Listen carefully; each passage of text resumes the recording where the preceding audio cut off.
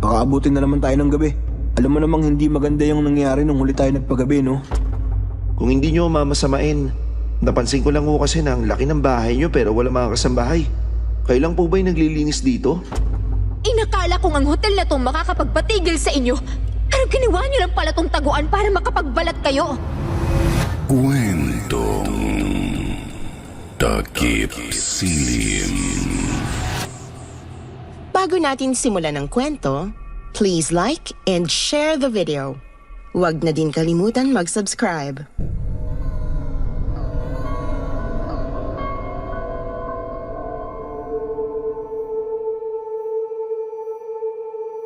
Sa panahon ngayon, malimit nating maensayo yung kurso na pinag-aralan natin noong kolehiyo. Bukod sa mahigpitang kompetisyon sa Pilipinas, aminin na nating mababa din kasi ang pasahod sa ating bansa. Kaya naman laking pasasalamat ko na nakahanap ako ng isang ahensya na tumanggap sa akin kahit na bagong tapos lang ako ng kolehiyo at dagdag pa doon, mataas ang kanilang pasahod. Magandang araw po sa inyong lahat. Ako nga pala si Dan. 26 anyos na ako ngayon at isa ng ganap na amo sa aking katatayo pa lamang na photography studio. Ang ikukwento ko sa inyo ngayon ay nangyari noong 21 anyos pa lamang ako at kakatapos ko lamang noon ng kolehiyo sa kursong journalism. Sa kurso namin ay pinag-aralan ng halos lahat ng tungkol sa media pero photography ang aking forte kaya yun din ang gusto kong tahakin na landas. Tubong Negros nga pala ako at dito na lumaki. Kaya laking pasasalamat ko nang makahanap ng oportunidad dito sa aming probinsya.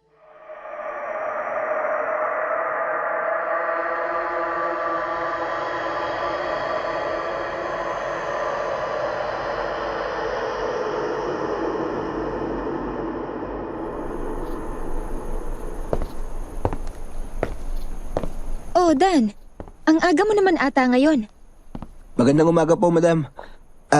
Iniwasan lang po kasi yung traffic. Maigi ng maaga kaysa late po. Oo nga naman. Grabe na din ang traffic dito sa ating lugar kasi. O siya, kumain ka na ba? Opo, madam. Sige ho, mag-almusal na ho kayo at ayusin ko lang ang mga gagamitin mamaya. Ang totoo niyan excited din ho ako sa aking unang proyekto ngayong graduate na ako ng kolehiyo. Nako, alam ko yung iyong nararamdaman. Sige, dyan ka na muna at ako ay lalabas para kumain. Ikaw na munang tumao sa shop habang wala pang inatasan kong team mo. Yes, ma'am. Sige ho, kain lang po kayo.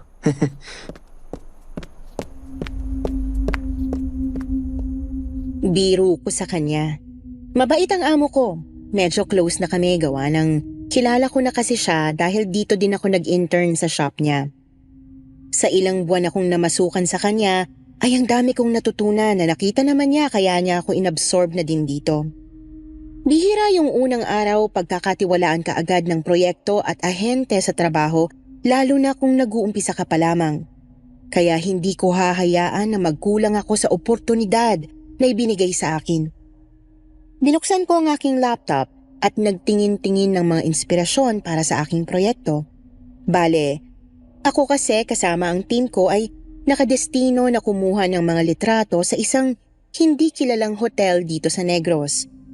Ang gusto ng owner ay ma-promote sa social media at iba't ibang website ang kanilang hotel at kami ang nakatoka sa pagkuha ng mga litrato kasama na ang pagkuha ng videos para sa commercial.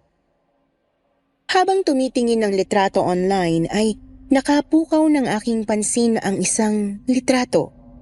Nung pindutin ko kung ano ito ay yun nga ang nasa isip ko. Aswang na baklay. Pinakasikat na ata na aswang sa aming lugar yung aswang na baklay. Paano ba naman, ang daming kwentong kumakalat na nakakita daw sila ng ganong klaseng aswang dito. Binasa ko kung ano yung nakasulat sa ibaba at gaya ng inaasahan, taga Negros nga yung nag-post ng litrato. Ayon sa kwento niya ay dati daw siyang empleyado ng isang hindi kilalang hotel. Direk Dan, magandang umaga po. Ay, yatay. Sino ba yan? Ay, pasensya na ho. Magugulatin ka pala, Direk. Bigla ka ba naman kasing lilitaw sa harap ko? O siya. Magandang umaga din. Mukhang busy ka na agad, Derek ah. Ano bang tinitingnan mo dyan? Wala. Aswang na baklay? Oh, bakit gulat na gulat ka dyan? Pamilyar ka din ba sa mga gantong uri ng aswang? Pamilyar na pamilyar. Tandang-tanda ko pa nung bata pa lang ako na makakita ako ng ganyan. Nakakadiri ang pangit nila. Bata ka pa nga nun at naniniwala ka sa ganyang mga kwento-kwento. Handa ka na ba ngayong araw? Siyempre naman.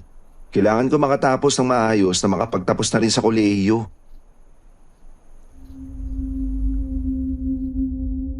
Siya nga pala si Noel. Siya ang magiging assistant ko sa proyekto na ito. Estudyante pa siya at isang intern din dito sa shop. Sabi ni Madam ay napili niya kaming magpartner dahil parehas na fresh pa ang aming mga utak at puno ng ideya. Sabi ni Madam 4 kami, kaya inaantay na lang yung 2 para makapagsimula na kami. Hindi nga nagtagal ay dumating na ang magiging kasama namin. Isang babae at isang lalaki. Ayon kay Madam, 1 taon niya ng empleyado ang mga ito kaya huwag mag-alala dahil paniguradong aalalayan nila kami. Ako man ang direktor aminin na nating marami pa din akong kailangang malaman dahil baguhan pa lang ako sa mundong ito. Mga 45 minutes ding biyahe ang aming nilakbay para makapunta dito sa hotel. Nang pagmasdan ko ang hotel sa labas ay agad na naglista ang isip ko ng mga bagay kung bakit hindi masyadong patok sa masa yung lugar. Una masyado itong tagu sa bayan dahil nasa dulo ng lungsod ang pwesto. Marami na kasi kaming hotel na nadaanan bago pa ito. Sunod naman yung kulay. Mukhang kahit nakakabukas pa lang pinaglumaan na ang kulay nito at kailangan na ng makeover tapos... Derek, mukhang inaantay na nila tayo sa loob. May pa-welcome ata sa atin. Sumilip ako sa loob at mukhang tama nga si Noel. May mga nakaabang na tao sa may harapan at kami nga ang inaantay dahil sa abot langit ng ngiti nila sa amin. Nang masigurong nakababa na lahat ng mga gamit ay dumiretso na kami papasok sa loob. Magandang umaga. Magandang umaga sa inyo. Kayo ba ang tinutukoy na team ni Rona na naatasang tutulong na mag-promote sa aming hotel? Magandang umaga din po. Tama po kayo. Kami nga po yun. Ako nga po pala si Dan, ang direktor. Ito naman si Noel, si Lina, tsaka si Carl. Sila po yung magiging katuwang ko sa proyektong to. Ganun ba? Mabuti naman at hindi kayo ganun kadami para matutukan ko kayo isa-isa. Nang sabihin niya yon ay hindi nawawala ang ngiti sa kanyang mga labi at ang tingin niyang malalagkit sa amin. Hindi siya ganoon katanda tingnan pero ayon sa profile na binigay niya sa amin ay 48 years old na siya. Kaya hindi ko alam kung anong ibig sabihin ng mga tingin at ngiti niyang yon. Hinayaan ko na yon, baka ganun lang talaga ang ekspresyon ng mukha niya. Bago ko makalimutan, ako nga pala si June. Chef June. Punong tagapamalakad ako sa kusina at anak ako ng may-ari ng hotel na ito. Uunahan ko na kayo. Hindi nyo madalas na makikita ang aking ama dito sa hotel, kaya wag nyo na siyang tanungin. Ganun pa man, kung may mga nais kayong malaman, ako ang kausapin at tanungin ninyo dahil ako ang bahala dyan. Ganun ho ba? Sige po. Makakaasa po kayo. Maigi kung ganun. O siya, tapos na ang introduksyon at sasamahan ko na kayo sa kusina para maipakita ko sa inyo ang dishes ng aming hotel na kailangan ma-promote nyo na maayos, okay? Masusunod po. O team, tara na. Ops, teka. Ikaw lang sana muna. Bakit kukuhanan nyo na ba ang mga pagkain sa loob ng kusina? Hindi ba magandang ihain na lang namin sa labas? Maganda ho sana kung makakakuha kami ng litrato sa loob habang ginagawa ang mga pagkain. Gawa ng mga pagkain. Kung ganun ang inyong balak, bukas nyo na gawin yung pagkuha sa loob ng kusina. Sa ngayon, ikaw na muna ang sumama sa akin sa loob. Dahil yun ang gusto niya ay sinunod ko na lang din. Punong-puno ng katanungan ang mukha ko kung bakit gusto niyang ako lang ang isama sa loob ng kusina. Lalo lang nadagdagan ang pagtataka ko nang makapasok kami sa loob at walang ibang tao kundi kaming 2 lamang. Nasaan na po yung mga katulong nyo sa loob? Hindi ba nakikita? Nasa labas sila at inihahain ng mga pagkain. Ano ang gagawin natin dito kung ganun? Masyado ka namang maraming tanong. Nagulat na lang ako nang biglang lumapit siya sa akin at hinawakan ang aking braso. Napabalikwas ako sa kanyang ginawa, lalo na nang bigla niyang pisil-pisilin ito. Inilayo ko ang sarili ko sa kanya. Anong ginagawa nyo? Masyado ka talagang maraming tanong, Iho, no? Tinignan ko lang kung malusog ka ba at nang masigurong kaya mo ang trabahong to. Dahil mukhang maayos naman ang pangangatawan mo. Tara na sa labas at simulan nyo na yung pagkuha ng mga litrato. Pagkatapos noon ay tumalikod na siya at lumabas ng kusina. Ang daming tanong sa sarili ko pero iisa lang ang nangingibabaw. Ano ang tunay niyang pakay at ako'y dinala dito sa kusina? Kung ano man yon ay hindi ko hahayaan na maging dahilan ng pagkasira ng proyektong ito. Sabi ng isa sa mga nakausap kong trabahador doon ay maganda daw ang likod ng hotel kaya mabuti kung aking bibisitahin. Kaya naman eto ako ngayon, papunta sa likod ng hotel na tinuturo noong trabahador na nakausap ko. Kung tutuusin, malawak at malaki ang sakop na espasyo ng hotel na yon. Problema lang talaga ay hindi ganon kapansin-pansin lalo na sa mga turista dahil tago ito at madumi na ang kulay kung titingnan sa labas. Ilang minutong lakaran lang ay narating ko na yung likod na sinasabi ng trabahador doon. Tama nga siya. Malawak ito at punong-puno ng mga halaman na lalong nagpaganda ng paligid. Hindi mo aakalain na may ganito palang tambayan sa likod para sa mga customer dahil sa kabaliktaran ng itsura ng hotel sa harapan. May mga bench din doon at playground para sa mga bata. Naglakad-lakad ako para tingnan ang mga halaman. Merong mga tanim na bulaklak na ang kulay ay talaga namang napakatingkad. Halatang naaalagaan ito at nababantayan. Sa isang sulok ay pumukaw ng aking pansin ang basag na paso. Nilapitan ko yon para tingnan ngunit nagtaka ako sa aking nakita. Hindi ito simpleng basag lamang dahil pira-piraso ang paso at mukhang natapak-tapakan na ang halaman na nakatanim dito. Lumapit ako ng maigi para pagmasdan ng isang bagay na nasa tabi ng basag na paso. Pinulot ko ito at pinagpag para masiguro kung ano ba yon at nang ako'y maliwanagan, isang hairnet? Direk! Napabalikwas naman ako nang marinig ang boses ni Noel. Kakaiba talaga ang enerhiyang dala ng lalaking yon, napakataas. Tumingin ako sa paligid at wala siya doon. Tumingin ako sa itaas at doon ay nakita ko siya. Nasa kwarto pala kung saan kami pinatuloy.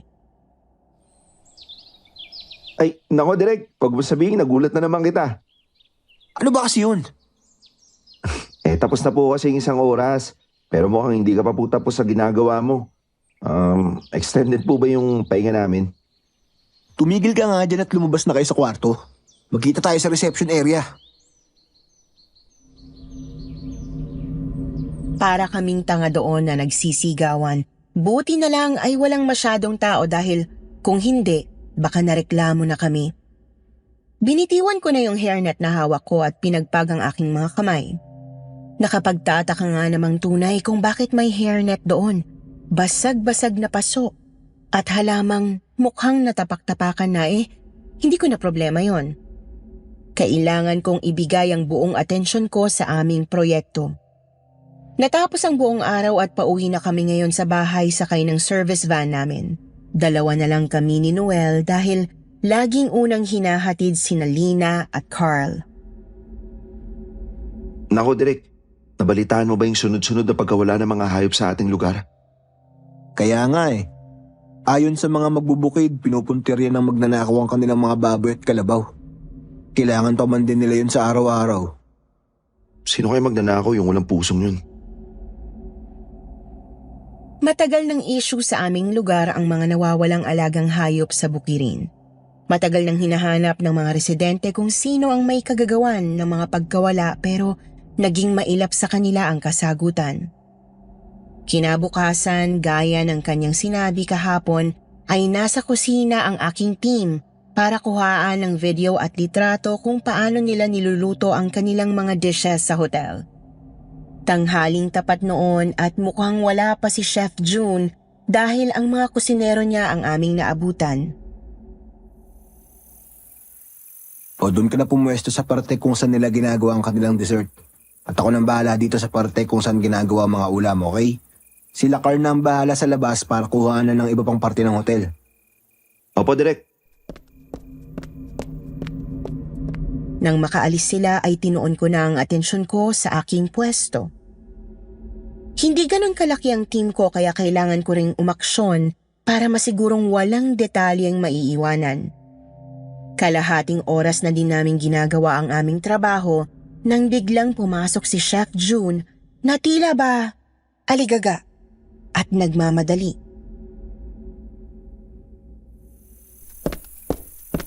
O, kumusta na? Maayos ba ang lahat? Nasa na ba kayong parte at ako na magtutuloy? Ayos ba? Ayos pa ba ang lahat? Magandang araw po, Chef. Ayos naman pong lahat. Nakuhaan na po yung mga ingredients. Bali yung mga paghahanda na lang tsaka yung pagluluto na lang po yung kukunan. Ganun ba? O ikaw, umalis ka na dyan at ako na magpapatuloy. Maghintay ka sa gilid at tatawagin kita kapag kailangan ko ng tulong mo. Utos niya doon sa kanina ko pang kasama na kusinero sa loob. Sumunod naman agad yung tao niya at si Chef na nga ang pumalit doon sa kanyang pwesto. Magandang araw po, Chef. Magluto lang po kayo.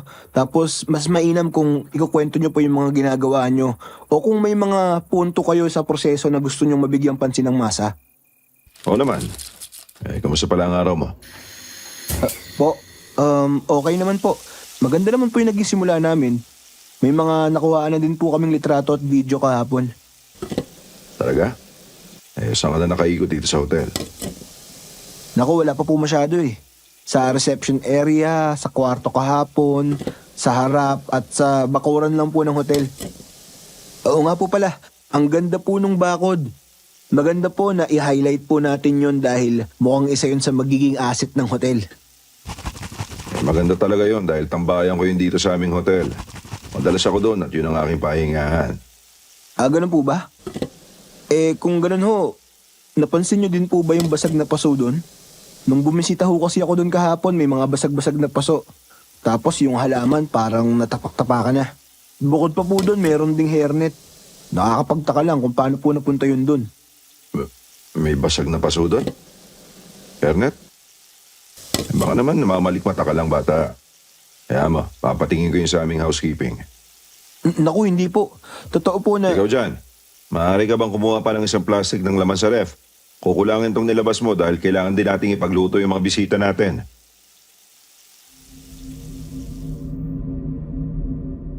Hindi na niya ako pinansin bagkusay nagpatuloy na lang siya sa kanyang ginagawa.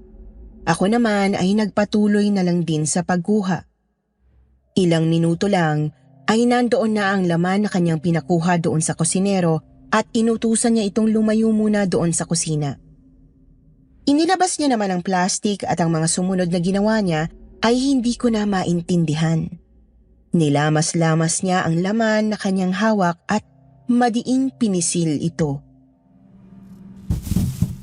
Alam mo ba, kakaiba ang siyang idinudulot sa akin ng laman na ito.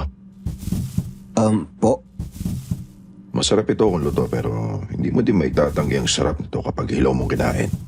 Nasubukan mo na ba yun? Hindi pa po. Papasubo ko sa iyo yun kung gusto mo. Gusto mo bang iwain ko ang laman na to at kainin natin parehas? Matagal na din nang muli akong minakasama sa hapag na kumain ng aking mga pagkain.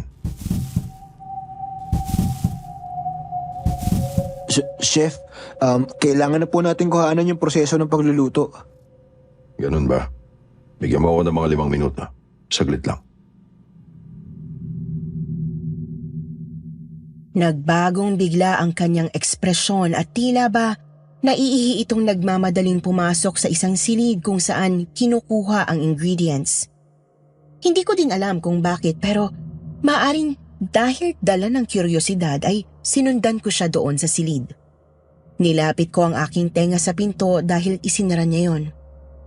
Nang ilapit ko ang aking tenga, ay may dinig akong boses na nagbibitaw ng mga katagang hindi ko maintindihan. Nilapit ko pa ang aking tenga para mas maintindihan yon, ngunit napabaliktad naman ako nang buksan niya ang pinto. Chef! Akala ko po kung ano nang nangyari. Kaya po, napusunod ako dito. Tara na at magluluto na ako. Napansin kong hindi niya ako tiningnan sa aking mata nang may pagtataka kung bakit ako nandun, bagkus ay dumiretso na siya agad sa kanyang pwesto. Seryoso ang ekspresyon ng kanyang mukha. Malayo sa itsura niya kanina nang mahawakan ng laman na dala kanina ng kanyang kusinero. Anong oras na at nandito pa din kami sa hotel? Kumukuha ng ilang mga litrato. Ginabi na kami dahil sa kailangan naming makuhaan ang itsura ng hotel kapag gabi. Pangatlong araw na namin ito at 3 araw na lang ay tapos na kami. Direk! Tapos na po kami kumuha ng mga litrato sa labas. Bakit ka ba sumisigaw dyan? Nakakaya sa mga customer, oh. Si Direk talaga. Alam mo naman, kay daming customer. Shh! Marinig ka ng may-ari. Ano ka ba? Ano yun? Ano yung hindi ko dapat marinig? Wala po. Nga po pala, magliligpit na lang po kami ng gamit. Kasi tapos na rin po kami sa araw na to. Ganun ba? Kung ganun, yatid ko na kayo palabas ng hotel. Meron ba kayo sasakyan dala? Opo, may service naman po kami. Huwag niyo na din po kaming ihatid sa labas. Kaya na po namin to. Salamat po. Sa totoo lang, naging mailap ako kay Chef June simula kahapon matapos kong makita yung mga inakto niya. Iba yung kaba at takot na naramdaman ko sa kanya noon. Sigurado ba kayo dyan? Kung ganun, sige mauna na kayo at mag-iingat ha. Ako'y babalik na sa loob. Teka lang po, Chef. Oh, bakit? Yung tungkol po dun sa araw kung kailan po namin pwede ma-interview yung tatay nyo. Para po sana makuha namin yung storya niya kung paano niya naisip na magsimula ng hotel. Yun ba? Huwag ka mag-alala. Sasabihin ko sa kanya yan. Marami lang talaga siyang ginagawa ngayon. Ano bang numero mo para matawagan kita kung sakaling may araw na? Medyo nag-aalangan siya sa sagot niya sa akin. Mukhang hindi niya pa nga nakakausap yung kanyang tatay na may-ari ng hotel. Kaya alangan din akong ibigay ang numero ko kasi hindi talaga magaan ang pakiramdam ko sa kanya. Bahala na. Binigay ko pa din para sa proyektong ito. Direk, okay na po. Naligpit na po yung mga gamit. Ganun ba? Okay. Sige ho. Mauna na po kami. Mag-iingat kayo, Dan, ha? Salamat po. Pagkatapos noon ay dumiretso na kami sa sasakyan. Una nang binabasi na Carl at Lina. Si Noel at si Manong driver na lang ang kasama ko ngayon sa sasakyan. Kasalukuyan ako nagbabasa sa aking cellphone nang biglang may nag-text sa akin. Hindi nakasave na numero. Nang buksan ko yon ay si Chef June pala. Naku, Direk. Mukhang iba ang tama sa'yo ng chef na yun, Ha? Hindi mo napapansin? Kakaiba yung mga tingin niya sa'yo tapos lagi ka pang hinahanap at gustong ikaw ang kumuha kapag kasama siya sa camera. Anong laging hinahanap? Naku, Direk. Sa 3 araw natin na nagtatrabaho doon, mga 20 beses ka na niyang hinahanap sa akin. Napakunot na lang ako ng noo sa mga narinig. Bakit kaya ganoon ang kanyang kinikilo sa akin? Hindi naman siya bakla dahil ayon sa kanya may asawa na siya at anak. Nakakapagtaka talaga. Tantanan mo nga yan, Noel. Hindi magandang nag-iisip ng ganyan sa kliyente natin, no? Ito naman napakaseryoso. Di ba, Manong? Pagkasabi niya noon ay siya ding biglang pagpreno ng malakas ni Manong driver sa sasakyan. Agad akong sumilip sa harapan kung may nakaharang ba at tila ba napako ako sa aking kinauupuan. Kitang-kita kong may dumaan na isang parang hayop sa aming harapan. May balat ito na parang tao. Nakayuko ang mga likod na parang kuba at tila ba wala pang tulog sa pula ng kanyang mga mata. Hinding-hindi ko malilimutan ang segundong yon dahil nagtama ang aming mga paningin. Malinaw sa akin ang aking nakita dahil sa liwanag na dala ng aming sasakyan. Wala pa sa 10 segundo ay agad siyang tumakbo palayo sa harapan ng aming sasakyan. Hinabol ko siya ng tingin pero parang isang hangin ay agad siyang nawala at nagtago sa mga damuhan. Nasa daan kasi kami kung saan puno ng mga halaman at puno, pati mga damo na nakapaligid sa amin. Putakte yatay. Aray Manong, ano ba nangyari? Pasensya na ho, sir. Mukhang may hayop na dumaan kanina at naliligaw. Hindi nyo nakita? Ha? Ang ano, Direk? May aswang na baklay. Ano? Direk, huwag ka magbiro ng ganyan. Alam mo, takot ako sa mga ganyan eh. Hindi, seryoso ako. Kitang-kita ng 2 mata ko. Habang kinikilabutan pa din sa mga nangyari ay agad namang nag-ring ang aking cellphone. Nasa kamay ko pa rin ito nakasalukuyang nanginginig. Tiningnan ko kung sino yon at yon ay si Chef June. Hindi ko alam kung bakit pero meron sa sarili ko na nagsasabing sagutin ko yon kahit na alam kong wala ako sa wisyo. Hello? Nilapit ko ang aking cellphone sa aking tenga at dinig na dinig ko ang malalakas na hinga sa kabilang linya. Para bang pagod na pagod ito at hingal na hingal. Hello? Bukas ng gabi sa bahay. I-interview. Matapos noon ay binaba niya na ang tawag. Napatulala na lang ako at hindi pa din mawala ang takot sa aking katawan. Sa hindi malamang dahilan ay mas lalo lang akong kinabahan at nagtaasan ang aking mga balahibo nang marinig ko ang boses ni Chef June. Malalim yon at tila ba nananakot sa kanyang boses. Idagdag mo pa ang lakas ng hingal niya sa kabilang linya. Sir Dan, ayoko sana sabihin pero yan ang isang tinitingnan dahilan ng mga magbubukid sa ating lugar. Kung bakit sunod-sunod ang pagkawala ng mga hayop sa bukirin.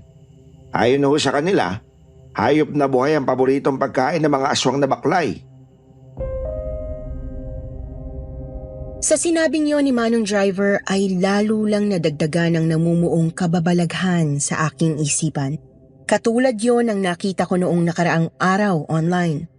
Bukod doon, bakit kaya bigla na lamang napapayag ang tatay ni Chef June samantalang kanina lang ay sabi niyang busy ito? Kinabukasan agad. Kagaya ng napag-usapan ay nandito kami ngayon sa bahay nila Chef June. Si Noel lang ang kasama ko dahil kaya na namin itong 2. 8:00 na ng gabi pero kanina pa kami dito sa bahay nilang mga 5:00. Kanina niya pa sinasabi na nasa meeting pa ang kanyang tatay at mahalaga daw yon kaya kailangang tapusin. Kasalukuyan kaming nasa sala ngayon at nanonood habang nag-aantay. Napakalaki ng kanilang bahay para itong mansyon na maliligaw ka kapag hindi mo kabisado. Kayo po ba'y naniniwala na may aswang? Tignan mo, Direk, oh. Nakarating na sa balita yung sunod-sunod na pagkawala ng mga hayop sa ating lugar. Oo nga eh. Buti na lang sa probinsya lang natin na channel. Anong buti ka dyan? Dapat nga malaman ng publiko para maging maalam sila sa nangyayari sa probinsya natin. Isa pa, yung sinabi mong nakakita ka ng aswang na baklay, tapos si Manong naman sinigundahan. Ako nakakakilabot. Ano ka ba, Noel? Malay mo naman, may masamang loob lang talaga na umiikot sa lugar natin. Yun bang kinukuha yung mga alagang hayop ng mga magbubukid? Ay, Drek, baka din mag-isip ha. Hindi, mas ayos sa'yo na tawang kalaban imbis na aswang. Alam mo, mas ayos sa akin kung mapagbayaran ng may kasalanan kung ano yung mga masamang ginawa niya. Ayos lang ba kayo dyan? Alam kong hindi ito ang inyong inaasahan kaya pasensya na sa abala.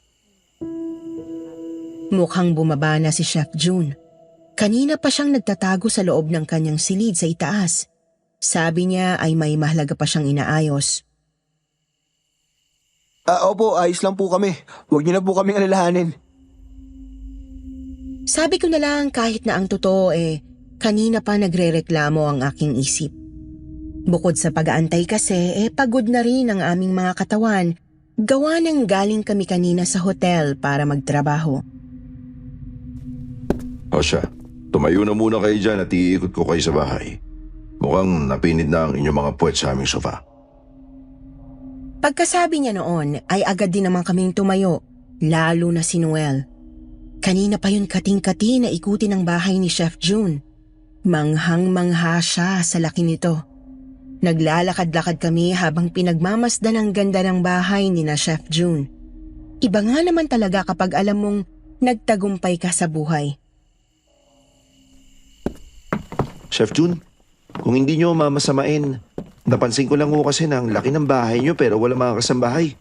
Tapos ang linis-linis pa. Kailan po ba yung naglilinis dito? Yun ba? Salamat naman sa puri mo sa aming bahay. Meron kaming kasambahay na pumupunta dito isang beses sa isang linggo. Hindi rin naman kasi kami madalas sa bahay kaya ayos na ang isang beses sa isang linggo. Sa bagay nga naman ho. Nako, ang ganda naman ho ng painting na to. Sabay turo ni Noel doon sa nakapaskil na painting sa hallway ng mansyon. Isang bukirin yon na punong-puno ng mga hayop kagaya ng baka, baboy, kambing at mga manok.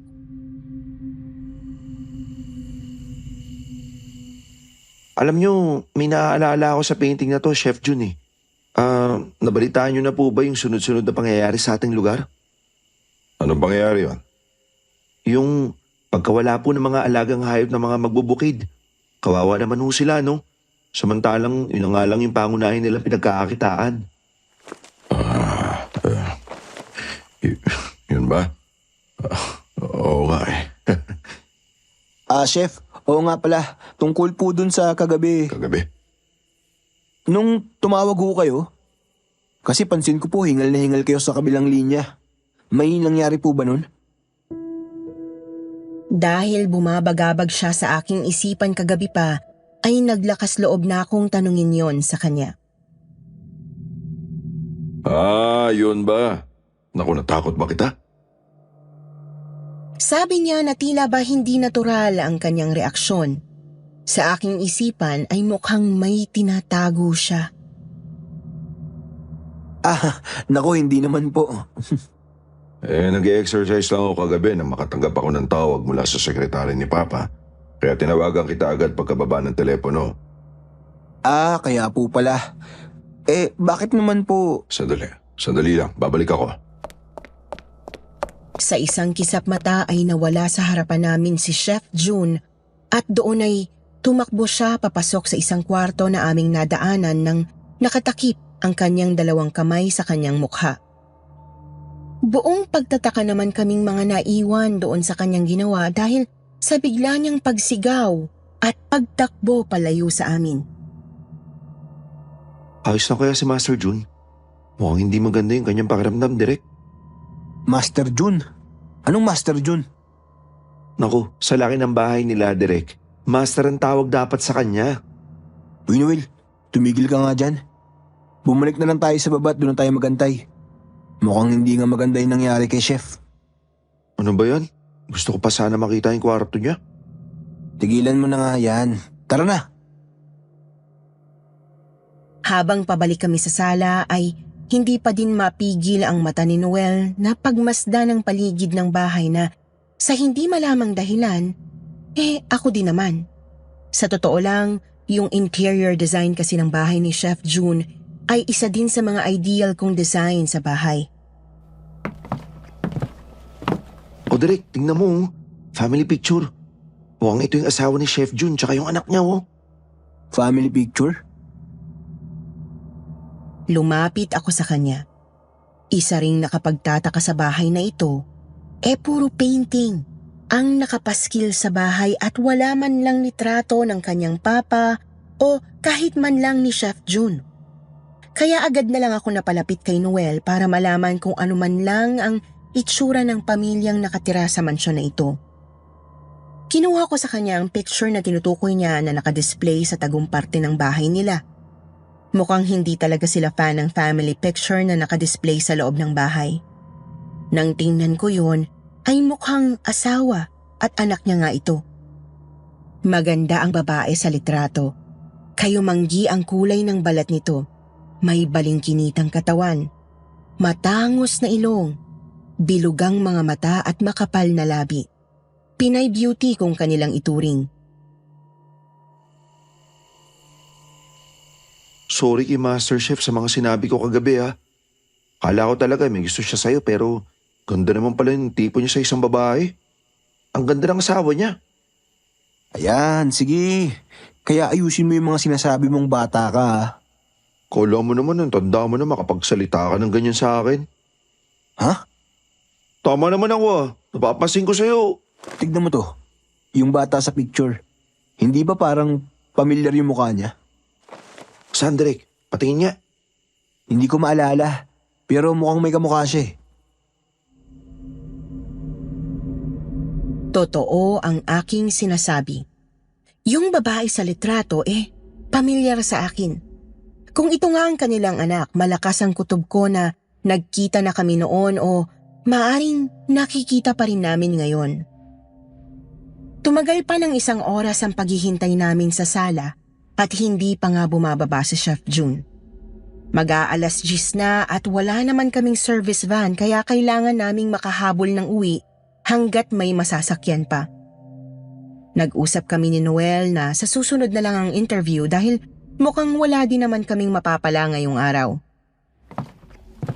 Papunta ako ngayon sa silid na pinasukan ni Chef June kanina para magpaalam ng maayos sa kanya.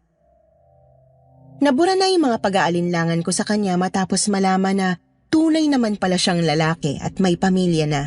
Sa totoo lang, hindi naman sa pag-iisip ng mataas sa aking sarili. Yung mga inaasta niya kasi sa akin ay mukhang tipo niya nga ako. Nang marating ko yung silid, pumatok ako agad. Kaso, nakakatatlong katok na ako at tawag sa pangalan ni Chef ay wala pa rin sumasagot. Napaisip tuloy ako na baka tinulugan na kami nun.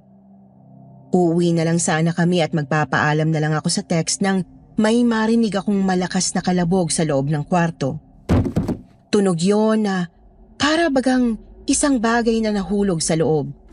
Dali-dali ay binuksan ko ang pinto ngunit nakakagimbal na pangyayari ang bumulaga sa akin.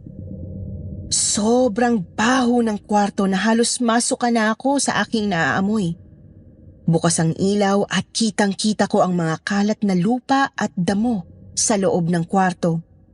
Meron pang kung anong hindi ako nagkakamali ay dumi ng hayop sa bukirin.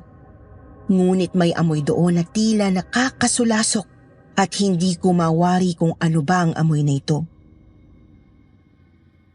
Chef? Chef? Chef June? Ngunit wala talagang sumasagot sa akin.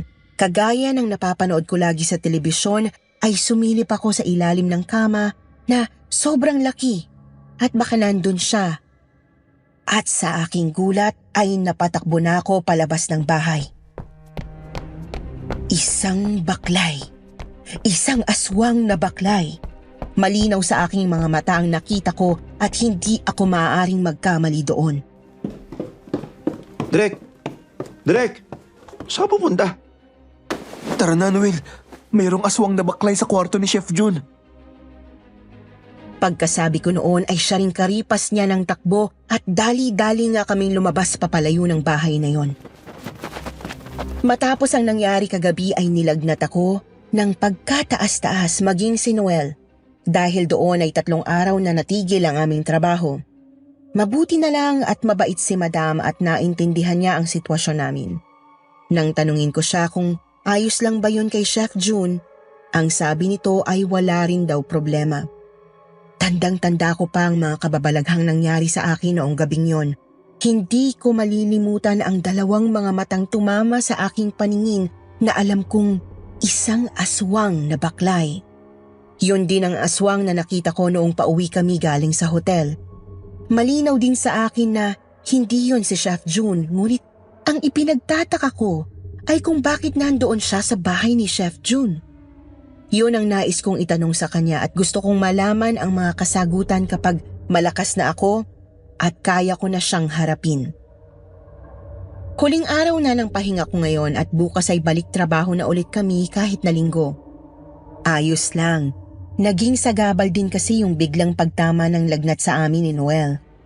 Sa kasalukuyan ay kausap ko si Noel sa telepono at ito ang madalas naming ginagawa sa mga nakalipas na araw. Grabe kasi ang trauma niya noong araw na yon. Oh, ayos ka na ba? Sigurado kang kaya mo nang pumasok bukas. Oo naman, Direk. Hindi ko ba naman kasi alam kung bakit pati ako nilagnat eh. Ikaw lang naman yung nakakita doon sa aswang na baklay.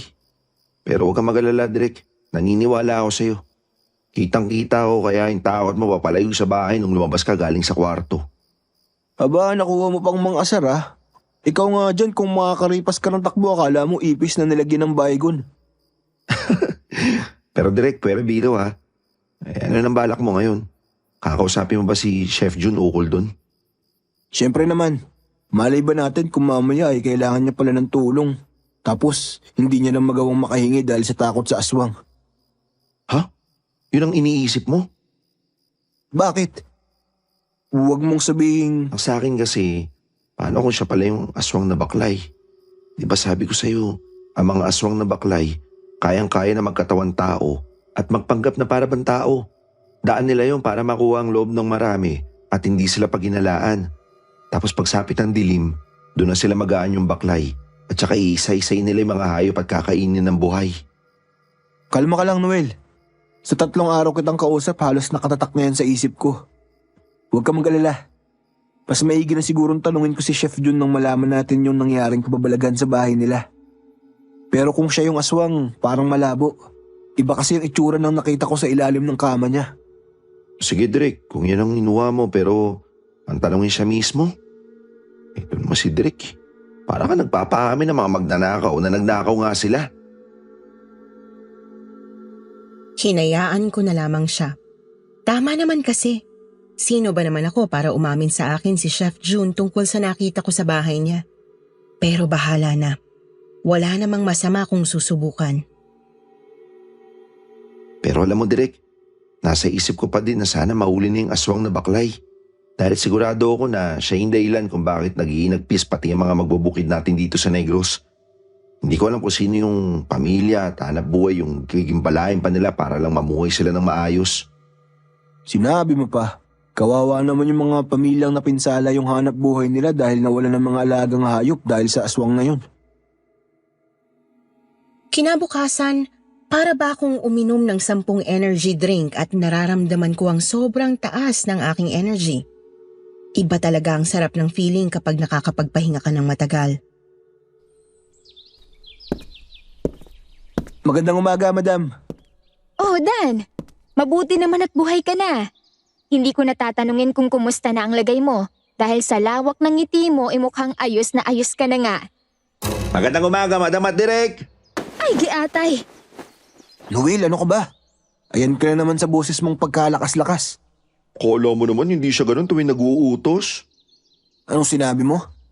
Madam oh, Tama na nga yan kayong dalawa. O siya, kagaya ng sinabi ko sa inyo, kayong dalawa lang ngayong araw dahil sila Carl at Lina ang pinatao ko sa store ng 3 araw. Siguraduhin yung doble ang sipag nyo ngayon at masyado pang matagal ang proseso ng editing sa mga kuha nyo. Yes, ma'am. Papasok kami sa loob ng van nang maalala ko ang isa sa mga agenda ko ngayong araw. Kailangan kong makausap si Chef June ano't ano pa man ang mangyari at kahahantungan ng mga malalaman ko mula sa kanya. Sa kasamaang palad, patapos na kami ngayong araw at hindi pa din namin siya nakikita. Sabi ng secretary niya ay simula kagabi, hindi pa rin daw nagpaparamdam sa kanya si Chef June at yun ang unang beses na ginawa yon ni Chef. Nako naman, mukhang bigo tayo sa araw na to ah. Siguro bukas na lang ulit kung magpakita man siya. Hindi ka ba nagtataka? Bakit bigla siyang mawawala sa sariling hotel na minamanage niya? Samantalang nandito siya lagi nakabantay tuwing nandito tayo. Hindi kaya may tinatago siya sa atin? Ano ko ba naman, Noel? Guilty na agad sa yung tao malay ba natin kung pati siya biktima lang pala. Kumalma ka lang dyan. Kahit naman ako hindi ako titigil hanggat di ko siya nakakausap. O nga pala, tapos ka na ba magligpit dyan? Tara na, baka abutin na naman tayo ng gabi. Alam mo namang hindi maganda yung nangyari nung huli tayo nagpagabi, no? O Drek, all goods na. Tara na po. Matapos noon ay dumiretso na kami sa van. Mukhang lugmok na lugmok si Manong Driver ngayong araw dahil hindi kagaya ng malalaki niyang ngiti ay nakasimangot ito ngayon. Oh, Manong. Anong nangyari? Mukhang hindi ka yata nakainom ng energy drink ngayong araw ah. Naku Drek, paano ba naman kasi? Nabiktima na din yung anak niya ng mga magnanakaw ng mga hayop sa bukirin. Ha? Nakuha din yung alaga mong hayop, Manong? Sir Dan Isang gabi daw nang lumawas sila sa Bacolod pagbalik nila, nawawala na ang nag-iisa nilang alagang kalabaw na tumutulong sa bukid kapag nag-aani ng palay. Wala naman hong nakakita na kapitbahay o kahit anong bakas. Baka naman naligaw yung alaga mong kalabaw. Kagaya ng mga naunang kaso, Sir Dan, wala akong bakas na kahit na anong ninakaw ang hayop sa kanila. Sana talaga mahuli na yung magnanakaw na yan. At kung totoo nga ang aswang na baklay ang salarin sa mga nangyayaring ito, sana mapatay na siya dahil sa salot lang yan sa ating bayan. Dama ko ang inis at galit kay Manong Driver. Noong narinig kong sinabi niyang baka aswang na baklay ang isa sa mga salarin, agad kong naisip si Chef June. Kailangan ko siyang kausapin. Ang totoo niyan, kanina ko pa iniisip kung ite-text ko ba si Chef June o hindi. Pero nang makapagdesisyon naman ako na ite-text ko siya, hindi ko naman mahagilap ang cellphone ko. Noel, hindi mo ba napansin yung cellphone ko? Hindi direct. Huwag mo sabihin na nawala mo. Hindi naman Kasi ang alam ko, nasa bulsa ko lang yun. Tapos pumasok ako ng CR para... Ay, yatay! Naiwan ko yata sa lababo ng CR. Teka, tawagan ko direct Baka maya-maya na misplace pa lang sa bag mo Sige, salamat. Nang tawagan ni Noel ang cellphone ko, nagre-ring naman ito. Kaso nga lang, wala talaga siya sa mga gamit ko. Wala akong choice kung hindi bumaba ng van at hinayaan ko na lamang si Manong Driver na ihatid si Noel. Kapag bumalik pa kasi kami ay aabutan na kami ng traffic at imbis na makauwi ay baka madamay ko pa sila sa katangahan ko. Pagdating ko sa hotel ay agad akong dumiretso sa banyo sa may kusina. Doon kasi ako naabutan nung kumukuha ng mga litrato. Pero nakapagtataka lamang at walang tao sa loob. Dapat ganitong oras ay busy ang kusina pero mukhang wala talagang customer at halos lahat ng kusinero ay nasa labas at nagkukwentuhan. Iba talaga kapag wala ang boss. Nakuha ko na ang cellphone ko at palabas na sana ako nang may nakakuha ng aking atensyon. Yung silid kung saan pumasok si Chef June noong umakto siyang tila hayok sa laman ng karne. Teka lang, bakit ngayon ko lang naisip yon? Hindi ba isang indikasyon ang kinikilos niya noong araw na yon na baka may kinalaman nga siya sa aswang na baklay na nakita namin sa kanyang bahay? Dala ng kuryosidad ay dahan-dahan akong pumunta sa silid na yon. Tumingin ako sa paligid at mukhang busy pa ang lahat sa labas kaya naman ay pinasok ko na ang silid. Sinindi ko ang ilaw at mukhang marami lang talagang bumabagabag sa aking isipan dahil wala namang kung ano doon. Paalis na sana ako nang magulat ako sa kalabog ng isang nahulog na plastik ng karne. Baka mapagbintangan pa ako ng kung ano, kaya agad kong pinulot yon at ibabalik na sana sa kanyang lagayan nang mapansin ko ang isang pihitan ng pintuan na natatabunan ng mga laman sa gilid ng silid.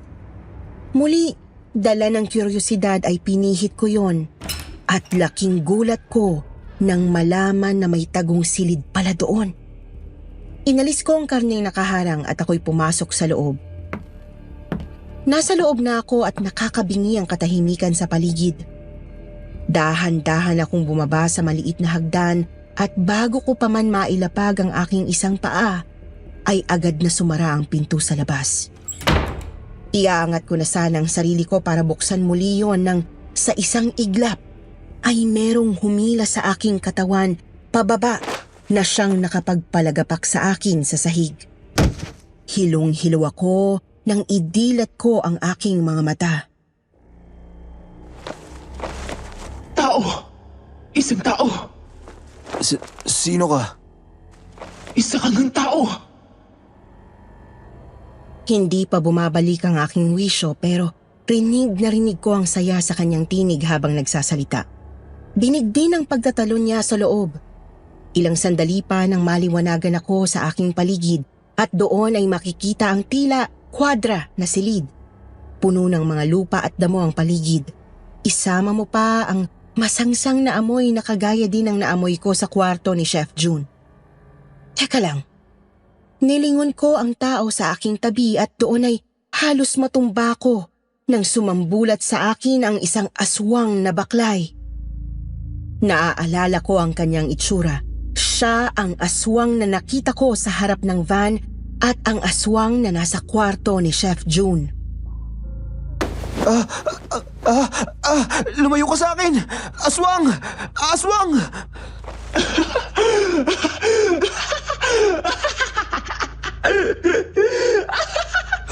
Tulong! Tulong! Tulungan niyo ako! Ikaw siguro ang bagong pagkain na alay sa akin ng aking asawa. Tama ba? Pero hindi ako nakain ng tao. Hayop ang gusto ko. Hayop! Hindi ko alam kung anong gagawin sa oras na yon. Isang aswang na baklay ang nasa aking harapan. Mahaba ang kanyang buhok. Ang kanyang balat ay kulukulubot at nakabali ang likod. Malalaki ang kanyang mga ngipin, mapupula ang mga mata, at nakabaluktot maging ang kanyang mga kamay. Ang boses niya ay napakalalim na tila ba meron siyang mikropono sa kanyang lalamunan. Lumayo ka sa akin! Parang awa mo na! Pero ikaw ang kusang lumapit sa aking silid, iho. Sino ka? Anong ginagawa mo dito?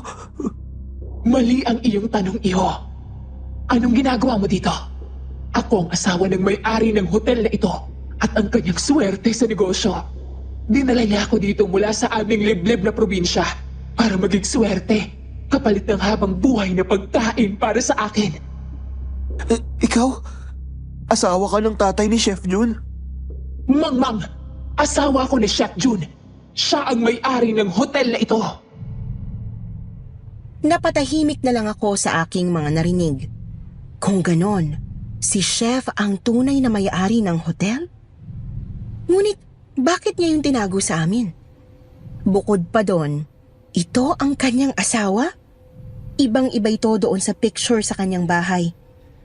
Kahit na takot ako ay muli ko siyang tiningnan. Hindi maaari. Siya nga yun. Siya yung babae sa family picture sa bahay ni Chef June. Tama ng pagpapanggap, iyo. Ilang beses na tayong nagkita. Tama ba? Ikaw yung lalaki sa sasakyan. At ikaw din ang walang habas na pumasok sa aming kwarto habang ako'y bumibisita sa bahay. Parang awa mo na. Huwag mo akong saktan. Sa kasamaang palad, iho, sino man ang makakita sa akin ay impyerno ang sunod na kikitain. Sa sinabi niyang yon ay mas lalo akong napaatras sa gilid ng silid at pilit kong inilalayo ang sarili ko sa kanya. Kitang-kita ko rin kung paano niya inilalapit ang sarili niya sa akin. Nang isang iglap ay biglang bumukas ang pinto sa itaas. Tulong! Tulong! Tulungan niyo ako! Dan? Ngunit mukhang hindi tulong ang makukuha ko. Si Chef June yun at dali-dali siyang pumasok sa loob ng silid at sinara ang pinto. Mahal, siya ba ang iyong alay sa akin? Pero siya'y tao. Meron ako nakahanda sa iyo sa likod ng hotel. Mamaya sasamahan kita para bisitahin ang iyong hapunan. Ganoon ba? Eh anong gagawin natin sa kanya? Kitang-kita ko kung paano niya yakapin at hawakan na tila ba isang normal na tao ang aswang na baklay sa aking harapan. Kung ganon, tama nga si Noel. May kinalaman si Chef June sa aswang na baklay na aking nakita sa kanyang bahay. Ano bang ginagawa mo ditong bata ka? Hindi mo ba alam na sagrado ang parting ito ng hotel? Chef, patawarin niyo po ako. Wala po makakaalam nun. Pangako po, maniwala po kayo sa akin. Kahit kailan hindi ko gustong ugali na tila ba nandidiri ka sa akin. Masyado ka din pakailamero at ang dami mong tanong. Kala mo ba hindi ko napapansin yung pagkunot ng mga kilay kada kinakausap kita? Kala mo yata tipo kita. Tipo kitang ipain para makakuha ng mas madaming hayop para sa aking asawa. Ano pong ibig niyong sabihin? Kung saan ang gagawin kong suspect sa susunod kung pakay ng pagkuha ng ilang mga hayop sa bukirin. Ngunit masyado kang nagmamatalino. Masyado kang madaming tanong at hinala. Kaya sinabi ko na sa anak natin na ayoko ng plano niyang proyekto na yan. Hayaan mo na siya, mahal. Alam mo namang baliw ang anak natin na iyon at gustong mamuhay ng normal kasama ang mga tao. Sa totoo lang ay magulo pa sa akin ang lahat pero iisa lang ang malinaw. Si Chef June ang dahilan ng sunod-sunod na pagkawala ng hayop sa aming lugar at siya rin ang may kagagawan kung bakit naging mahirap ang pamumuhay ng ilang tao sa aming lugar. Mga hayop kayo! Mga aswang! Mga halimaw! Sige lang at sabihin mong nais mo sabihin. Dahil Dan, walang sino man ang nakapasok sa silid na ito na nakalabas ng buhay. Sige mahal, kung ang bahala sa kung anong gagawin mo sa kanya. At baka gusto mo muling makatikim ng laman ng tao. Sa isang iglap ay napako na sa akin ang matatalim na tingin ng aswang na baklay sa aking harapan. Walang ano-ano'y nilapitan niya ako. Inilapit sa aking mukha ang kanyang katawan at pinagmasdan ito. Hinawakan niya ang aking balat, hinaplos-haplos at nang ibukan niya ang kanyang bibig, kinuha ko ang aking lakas para itulak siya palayo. Ang sunod na nangyari ang siyang nagpagulat sa akin ng lubos. Muling biglang bumukas ang pinto sa itaas at kitang-kita ko kung paano hinarang ng isang babae ang kanyang katawan sa akin na tila ba ipinagtatanggol ako sa aswang na baklay. Madam Rona! Ang baliw mong anak! Sinabi ko naman na sa inyo na itigil nyo ng kahayupang ginagawa nyo. Mag-iingat ka sa iyong sinasabi dahil kami ang mga magulang mo, Rona. Saka din kagaya ng iyong ina. Isa kang aswang na baklay. Hindi na yata kinaya ng aking katawan ng mga nangyayari at sumuko na ang aking tuhod. Napakapit ako sa isa sa mga kahoy doon. Kung ganon, siya ang anak na tinutukoy ng dalawang hayop na ito. Bukod doon, ibig sabihin ay siya ang bata sa litrato sa kanilang bahay. Kaya naman pala pamilyar sa amin ni Noel ang kanyang mukha. Lumayo kayo sa batang to. Hindi nyo alam kung ilang pamilya nang sinira nyo dahil sa kahayupang ginagawa nyo sa lugar natin. Ilang taon na akong nagtitimpi. Inakala kong ang hotel na to makakapagpatigil sa inyo at makakapagpabago ng inyong atensyon. Pero ginawa nyo lang pala tong taguan para makapagbalat kayo. Ano ba ang pinagsasabi mo? At sino ka para diktahan kami? Ilayo mo ang sarili mo kung ayaw mong pati ikaw madamay. At anong gagawin ninyo? Kakainin nyo din ako ng buhay? Kung kinakailangan! Walang ano-ano ay sinugod ng asawang aswang ni Chef si Madam Rona at labis ang aking pagkagulat sa mga nasaksihan. Kagaya ng kanyang ina, si Madam Rona ay unti-unting nagpalit ng anyo at naging isang aswang na baklay. Kitang-kita ng aking dalawang mata kung paano siya nagbago. At kasunod nun, ang pagpigil niya sa kanyang ina na mukhang desididong bawian ako ng buhay. Hindi maaaring wala akong gawin. Kinuha ko ang lahat ng lakas ng loob na meron pa sa aking katawan at kinuha ko ang isang bakal na nakita ng mata ko kanina.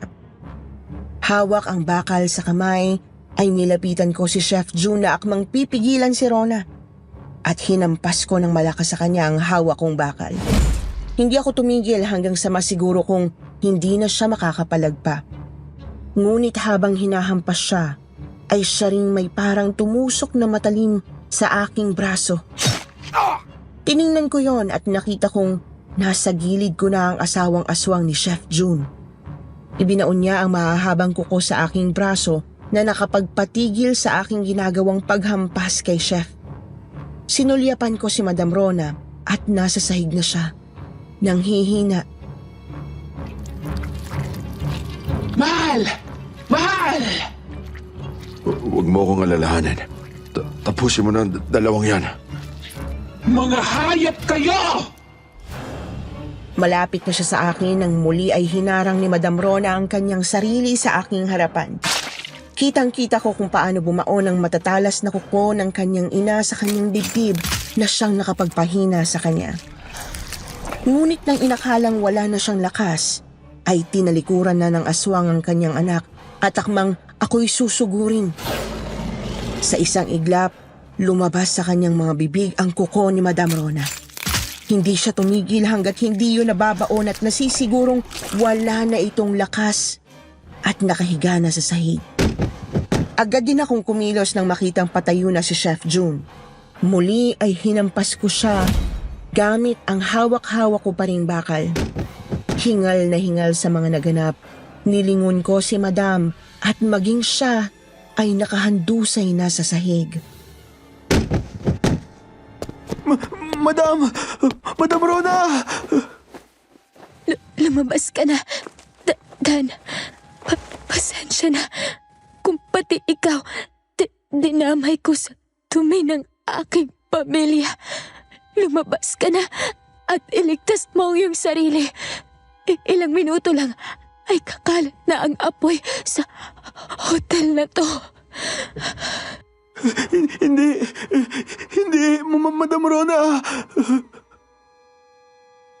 Kahit na nananakit ang aking braso, pinilit ko ang sarili na buhatin si Madam palabas ng hotel na yon. Ngunit naging mahirap sa amin ang paglabas dahil kagaya ng kanyang sinabi ay tinutupok na ng apoy ang buong hotel.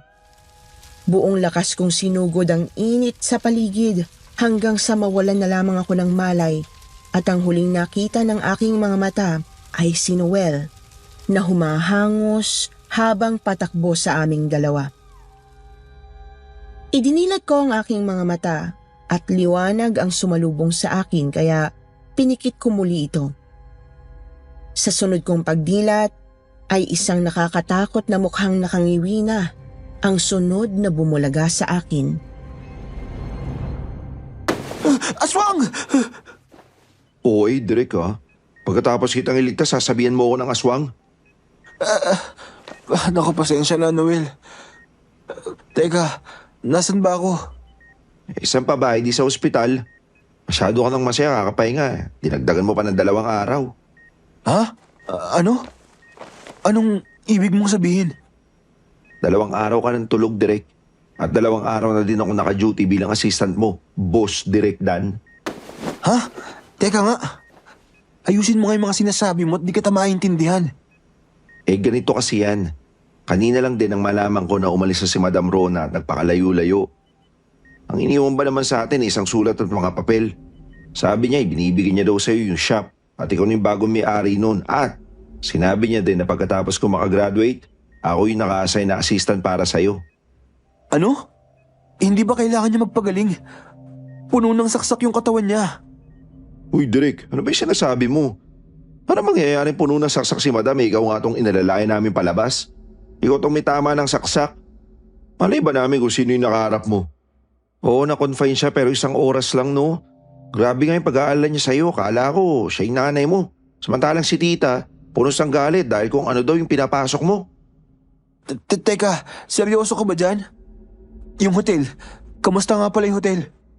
Ay, wala na, Direk. Sa kasamaang palad, kasama sa mga nasunog sa loob ng hotel si Chef June. Dalawang nasawi sa loob at isa doon si chef. Ang isa babae daw at tinutukoy pa yung pagkakakilanlan. Pero ngayon, sarado na yung hotel at mukhang malabo nang magbukas pa. Hinahanap ng otoridad yung tatay ni chef pero alam mo ba yung nakakagulat doon, Direk? Si Chef Jun ang may-ari ng hotel. Hindi yung tatay niya. Alam ko. Oh, paano mo nalaman yun? Nako Noel, huwag mo nang alamin. Baka maihi ka lang sa takot. Nga pala, baka naman gusto mo akong painumin ng tubig dyan. Habang nagpapahinga sa loob ng aking kwarto sa ospital, ay may kumatok naman sa aking pinto. Wala si Noel sa loob at inutusan ko munang bumili ng pagkain. Medyo nauumay na din kasi ako sa pagkain sa ospital. Sino yan? Ako ito, Sir Dan, driver niyo po. O Manong, pasok po kayo. Kumusta naman po, sir? Ayos naman po ba ang lagay niyo? Opo. Ayos naman po. Pwede na daw po ako ma-discharge bukas. Ganun ho ba? Mabuti naman ho kung ganon. Kaya nga po eh. Ang totoo kasi niyan, Sir Dan, may nais po sana akong sabihin sa'yo.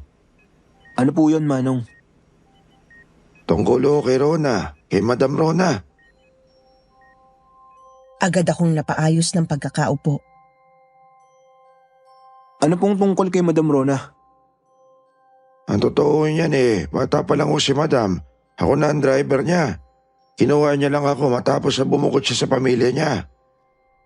Ibig sabihin, kilala mo si Madam at ang pamilya niya?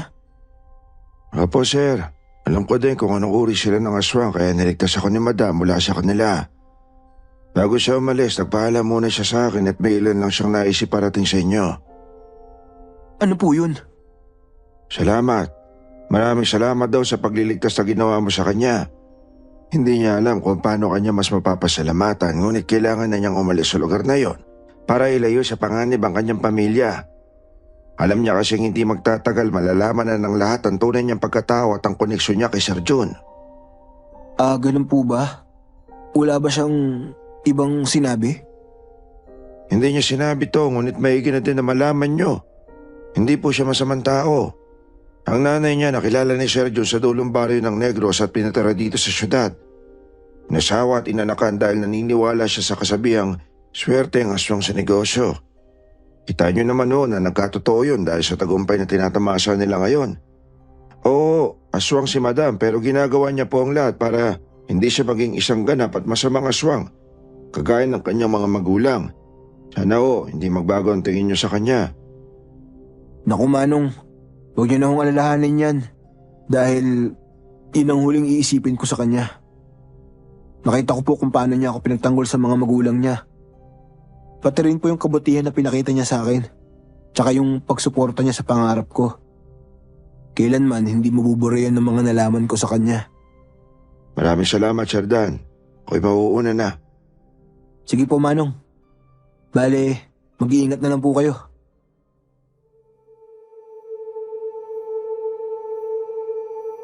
Hindi na naging kabigla-bigla para sa akin ang mga nalaman ko dahil kita ko naman kung ano ang mga kabutihang taglay ng puso ni Madam Rona.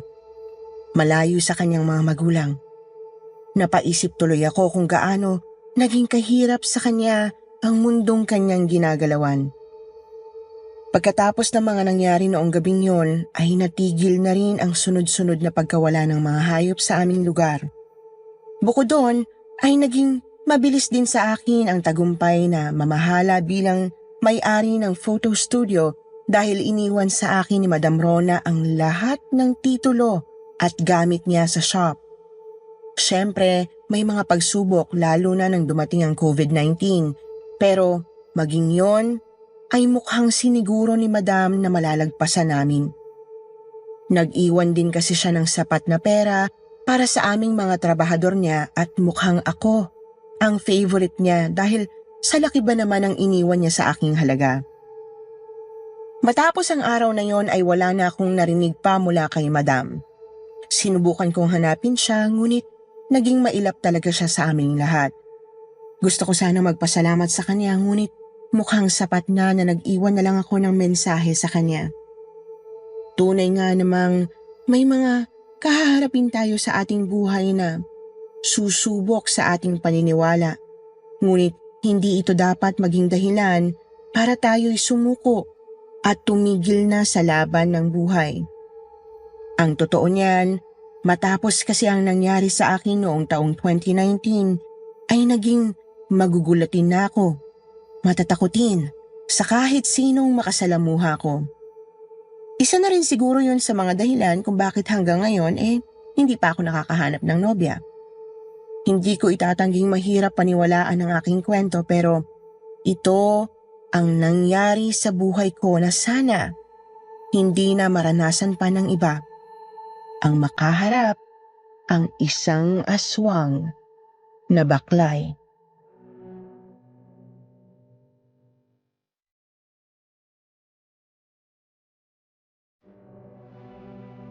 Isang pagbati para sa lahat ng nakikinig ngayon dito sa ating channel. Ako nga pala ang inyong lingkod, si Miss Anne, na ngayon ay muling maghahatid sa inyo ng isa na namang kwento ng kababalaghan.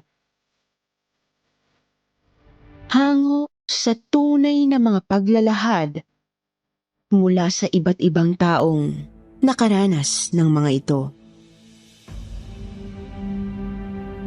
Ang kwentong hatid namin ngayon sa inyo ay tungkol sa karanasan ng ating letter sender of the day na tawagin na lang natin sa pangalang Rocco. Nang magbakasyon sila ng kanyang kaibigan sa Pampanga, upang makipamiesta sana. Sa halip ay ginambala sila ng mga biktima ng isang trahedyang nangyari. Matagal na panahon na ang nakalilipas. Halina't samahan niyo akong pakinggan ang kanyang kwento.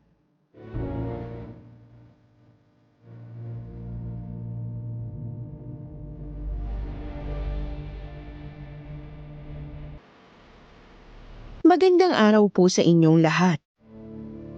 Please call me Rocco. 29 years old. Sales rep sa isang kumpanya dito lang po sa Makati. Matagal ko na hong gustong i-share ang kwento ko rito sa inyo. Pero ngayon lang talaga ako nakahanap ng oras at lakas ng loob para po gawin yon. Malaki ho kasi ang naging epekto ng istoryang ito sa buhay ko. Kaya medyo sentimental din ho ako kapag nababanggit ko ang kwentong ito. May kinalaman ho kasi dito ang isa sa pinakamasakit na pangyayari sa buhay ko. Summer yon ng taong 2012. Nagdesisyon pong magbakasyon ang buong pamilya namin. Kasama ang ilan pa naming relatives sa isang beach sa Batangas. 18 lang ho ako ng mga panahong yon. Habang ang pinakamamahal ko namang kapatid na si Daisy ay 8 taong gulang. Ang saya-saya po ng araw na yon. Maaliwalas naman ang panahon kahit na medyo maalon dahil may paparating daw na bagyo sa mga susunod na araw. Sobrang excited ho ni Daisy dahil sobrang tagal na nang huling magbakasyon kaming pamilya. OFW po kasi ang papa namin, kaya bihira lang din kaming mabuo.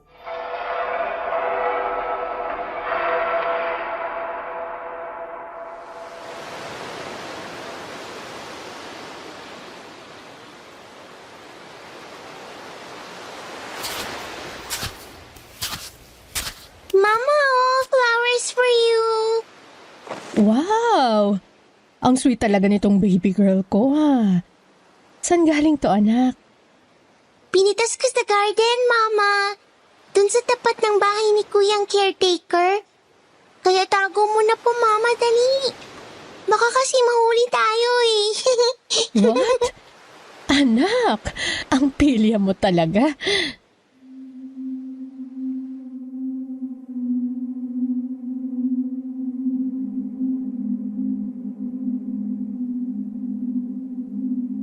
Daisy was our family's little princess. Kaya nga ipinangalan siya ni Mama sa paborito nitong bulaklak.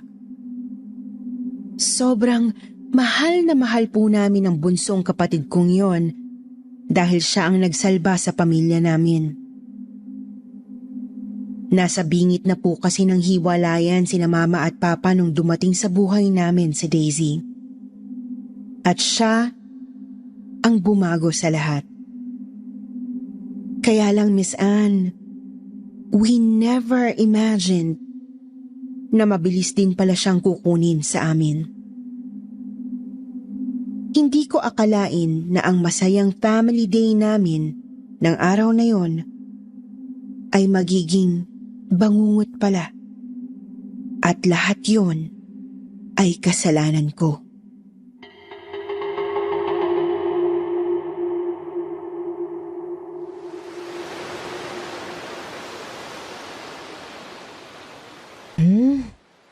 Bakit mo ba kasi ako binigyan ng flowers, anak? Ano bang meron? May gusto ka na namang ilambing sa akin, no? Mama, gusto ko na po kasing mag-swimming eh. Pero ayaw naman akong samahan ni Kuya. Bakit ako? Grabe ka talaga, bunso. Dinaan mo na naman sa lambing niya si Mama eh. Sige na kasi, Kuya. Gusto ko na talagang mag-swimming eh. Mamaya na kasi, Daisy. Ang lakas-lakas pa ng alon, no? Tsaka may ka-text pa ako. Promise, mamaya pagkatapos ito, sasamahan na kita. Kuya, samahan mo na kasi ang kapatid mo. Inuuna mo pa yung kaka-text mo eh. Kaya nga tayo nagbakasyon para magkaroon tayo ng family time, di ba? Oh, tingnan mo. Umalis na tuloy mag-isa yung kapatid mo. Naku, ayan na yata yung bagyo. Rocco, sundan mo na kasi yung kapatid mo at baka mapano pa yun. Daisy naman kasi. Saan ba nagpunta yung batang yun? Bilis naman yatang nawala. Hala, umuulan na. Daisy! Daisy! Bunso, nasa ka na ba? Halika na, umuulan na! Kuya! Tulong, Kuya! Daisy! Bunso! Mama! Mama, si Daisy po nalulunod! Ano? Nasaan si Daisy? Nasaan ang kapatid mo, Rocco? Hindi ko makita, Mama. Nilamon ng malalaking ano si Daisy. Daisy! Bunso, nandito na si Kuya. Nasaan ka?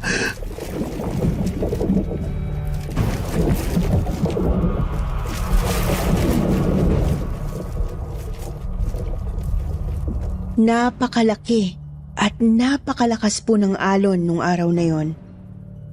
Pero ginawa ko ang lahat para hanapin si Daisy. Hindi ko alintana ang malakas na ulan, pati na rin ang nakakatakot na kidlat na nakikita ho naming gumuguhit noon sa langit.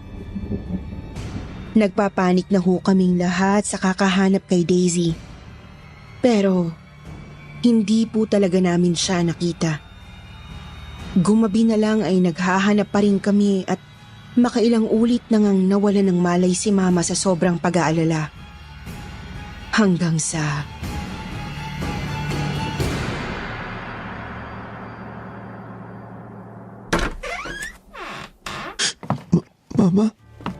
Mama, si Daisy po. Nakita na po siya. Mama, wala na po si Daisy. Daisy, ang anak ko. Diyos ko, ang anak ko.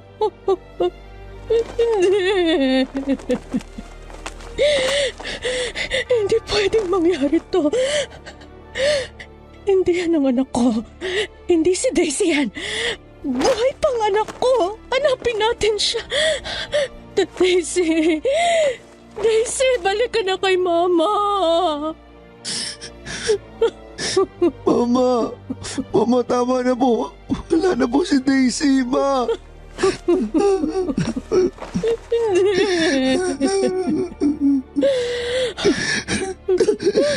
Lumayo ka sa akin! Huwag mo akong hawakan, Draco! Ikaw ang may kasalanan kung bakit nangyari to sa kapatid mo. Ikaw ang may gawa nito sa kanya. Kung sinamahan mo lang siya, hindi siya mapupunta doon ng mag-isa. Ikaw ang may gawa nito kay Daisy. Ikaw ang dahilan kung bakit namatay ang kapatid mo.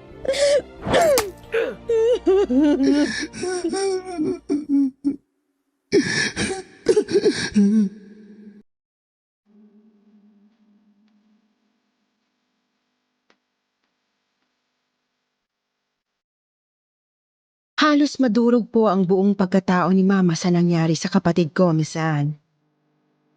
At ganun din ako. Yung masaya ho naming pamilya noon, bigla na lang nag-iba. At ako, ang sinisisi niya sa lahat ng nangyari. Ang sabi ni Mama, kasalanan ko yon. At naniniwala ako sa kanya.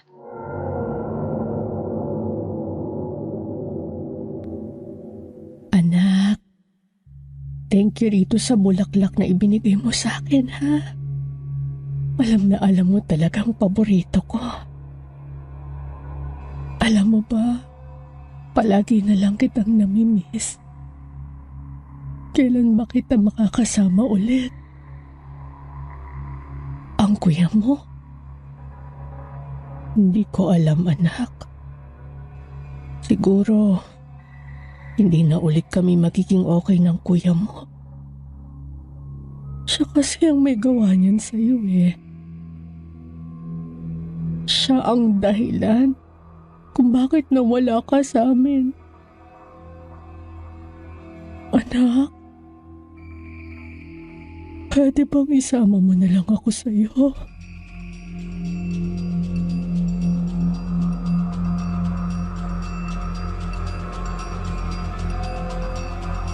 Hindi ko po alam kung tuluyan na bang nawala si Mama sa katinoan, Miss Anne. Pero madalas ho namin siyang nahuhuli ni Papa na may kinakausap sa hangin.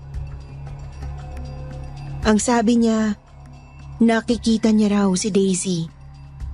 Hindi raw siya maiwan-iwan ito dahil ayaw ni Daisy na malungkot siya.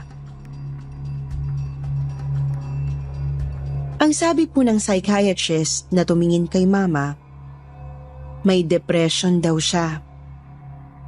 Yun ang dahilan kaya nagkakaroon siya ng hallucination na nakikita niya pa rin ang kapatid kong pumanaw na. Pinayuhan din po kami ng doktor na ilayo siya sa mga bagay na nagpapaalala sa kanya ng nangyaring trahedya sa buhay namin.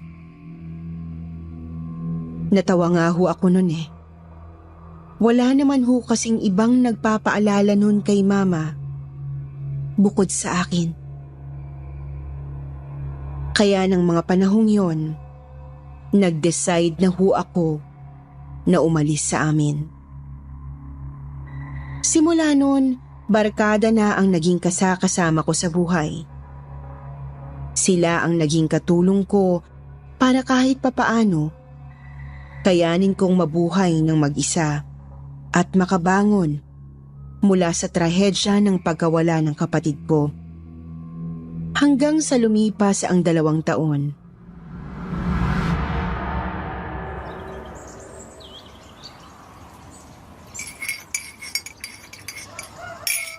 Pre, ano? Sama ka? Ha? Saan? Tamo to, lutang na naman. Sa Pampanga nga. Birthday ko kasi, di ba? Maghahanda raw sila nanay. Sasama ka ba? Ah, ganun ba? Sige. Alam nga naman paiwan pa ako mag-isa rito sa apartment. Siya, paalam ka muna sa parents mo. Baka kasi hanapin... Hindi yun. Di nila ako hanapin, huwag ka mag-alala.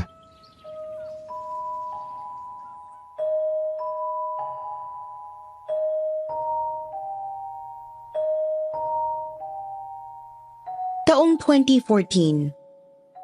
2 taon matapos ang pagkamatay ng kapatid ko. Masasabi kong sa wakas po ay naka-move on na ako. Natanggap kong wala na siya.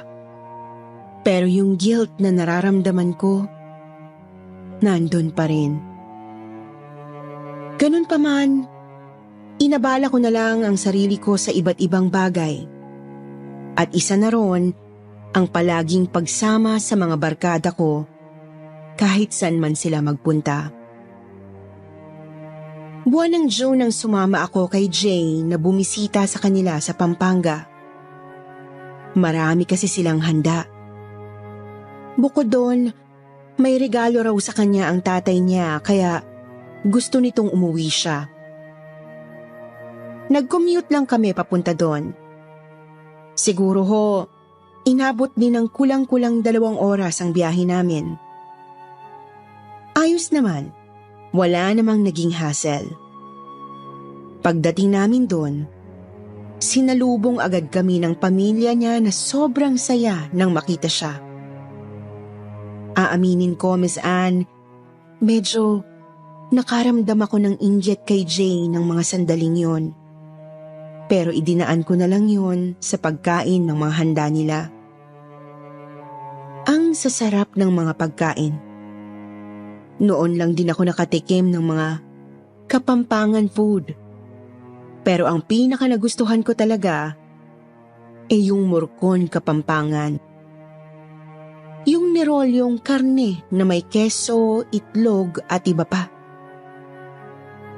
Hindi ko na gaanong matandaan kung anong mga nakalagay doon pero sobrang sarap po talaga.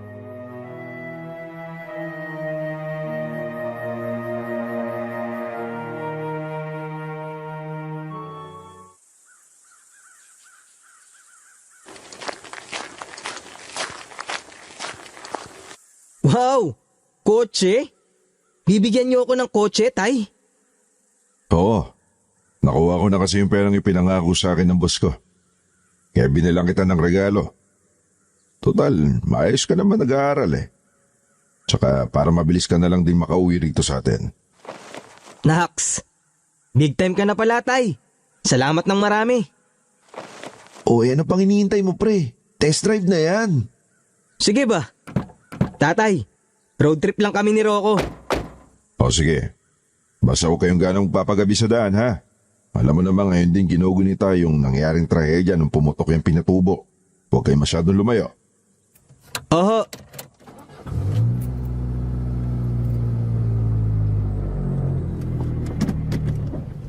Jay, ano yung sinasabi ng tatay mo kanina? Yung sa pinatubo? Ayon? Sabi kasi ni tatay, marami raw namatay nung pumutok yung mga pinatubo noon. May mga natabunan pang araw ng lahar eh. Kaya yung iba hindi na nahanap. May mga bayan na halos nailibing na ng lahar. Sa ibang lugar naman, halos bubong na lang ang kita.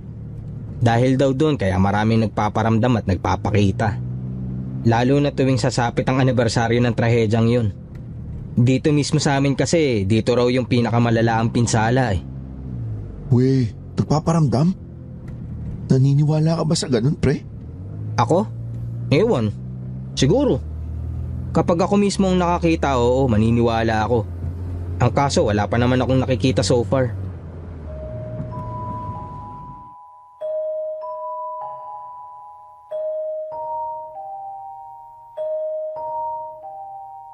Hindi ko alam, Miss Anne, kung bakit biglang pumasok sa utak ko si nanay at ang kapatid kong si Daisy. Bigla ko na naman silang naalala. Kaya inaya ako nang bumalik si Jay kahit na maaga pa naman noon. Kaya lang, nung pauwi na kami, napadaan kami sa isang makipot na kalsada na medyo mapuno ang paligid. Walang masyadong nakatira sa parting yon kaya wala rin kaming gaanong nakitang taong dumadaan. Tirik pa ang araw noon kasi kung tama ang pagkakatanda ko, 3:00 pa lang yun ng hapon. Pero nagulat kami ni Jay kasi bigla na lang hong dumilim yung langit.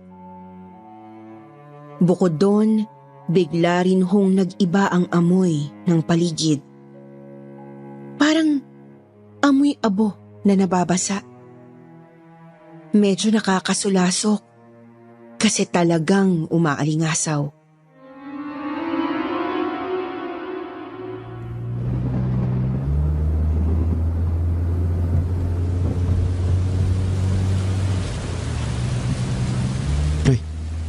Umulan na.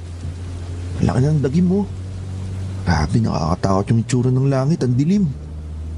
Kaya nga buti na lang nag-aya ka ng umuwi. Ang baho pa. Ano ba yun? Ang sakit sa ilong eh. Parang may nagsisiga yata. Tapos nabasa ng ulan. Kaya nga napansin ko rin eh. Uy pre, teka. Tignan mo yung babae doon sa gilid oh. Pinapara yata tayo. Oo nga no. Sandali, hintuan ko.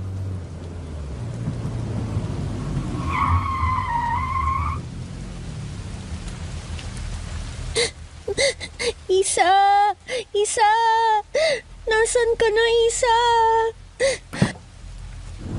Miss, kailangan mo ba ng tulong? Ba't umiiyak? Kuya, nawawala po kasi yung kapatid ko eh. Hindi ko po siya mahanap. Sige, sumakay ka na, miss. Tutulungan ka namin hanapin yung kapatid mo. Ayun na kasi yung ulan eh. Salamat po. Maraming salamat po sa inyo. Miss, ano bang pangalan mo? Ako si Jay. Tong kaibigan ko naman si Rocco. Maureen po. Yung kapatid ko naman si Isa. Nakikiusap po ako sa inyo. Tulungan niyo ako mahanap ang kapatid ko. Huwag tayong hihinto hanggat hindi natin siya nakikita. Ilang araw ko na po siyang hinahanap eh.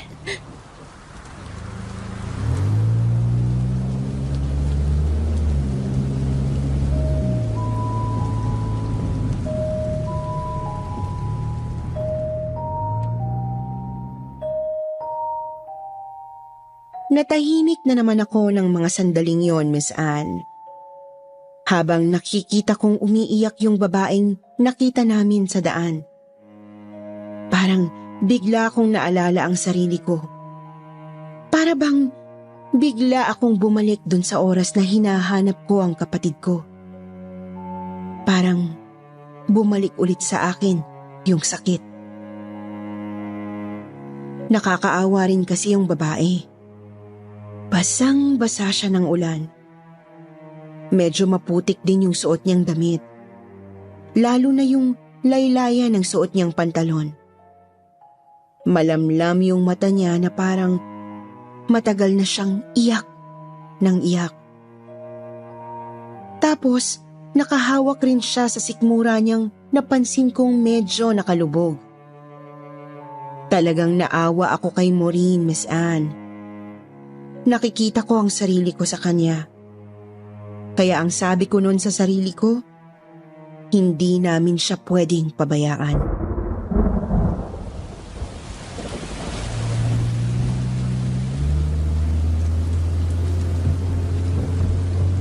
Maureen, nagugutom ka ba? Gusto mo bang kumain muna tayo tapos... Hindi po. Ayoko po, ayos lang ako. Hanapin na lang po natin yung kapatid ko. Saka, pwede po bang pakisarang bintana? Baka po kasi pati yung iba sumampa rin dito sa sasakyan nyo. Iba? Sinong iba? Ano yun? Parang may bumagsak sa bubong ah. Baka pusa lang. Pusa? Parang ang lakas naman niya. Tulong! Tulungan niyo kami! Makiusap na dito kami sa ilalim! Tulungan niyo kami! Hindi ako makahinga. Hukayin niyo kami rito. Andito lang kami. Nandito kami sa ilalim. Hukayin niyo kami.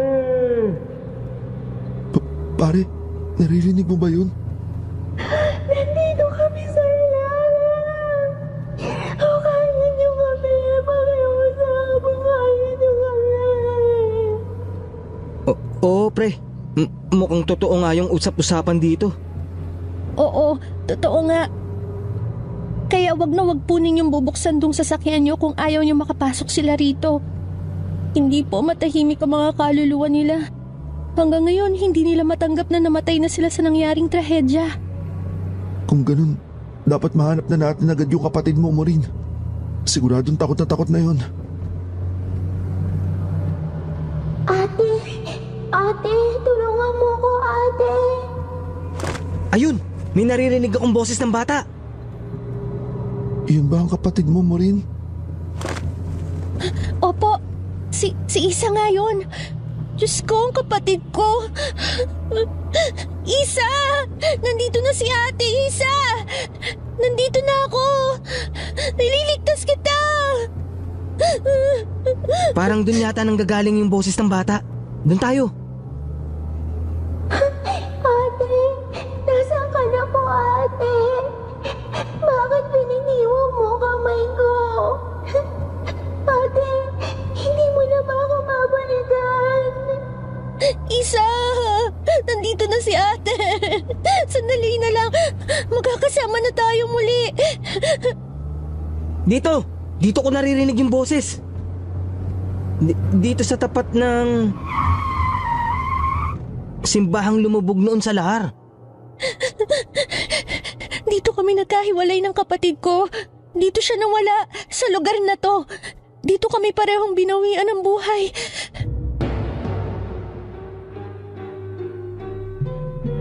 Pareho po kaming napalingon noon ni Jay sa backseat ng sasakyan niya. Nakita namin si Maureen na unti-unti hong nagbabago yung itsura. Nagiging maputla ang balat niya.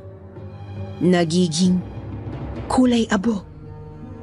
Katulad ng kulay ng balat ng kapatid ko nung matagpuan namin siyang bangkay matapos niyang malunod sa dagat.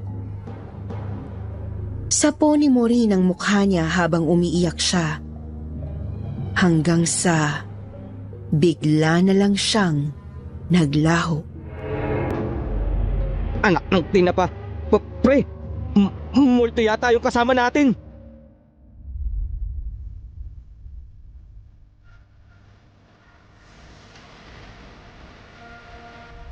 Nangilabot kami ni Jay. Para kaming parehong natuod sa nasaksihan namin. Lalong-lalo na nung makita naming lumitaw sa harapan ng sasakyan namin si Maureen, pati na rin ang isang batang kamukhang kamukha niya. Masayang-masaya sila habang tinatakbo nila ang distansya sa pagitan nila. Hindi ko alam kung anong mararamdaman ko noon sa totoo lang. Kung matatouch ba ako dahil sa wakas ay nagkita na ang magkapatid sa tulong namin? O matatakot? Dahil ngayon ay alam na naming pareho na pala silang mga multo. Sa wakas nakita rin tayo, Isa. Kapatid ko. Ate, ang tagal po kitang hinintay. Salamat, pinalikan mo na rin ako sa wakas.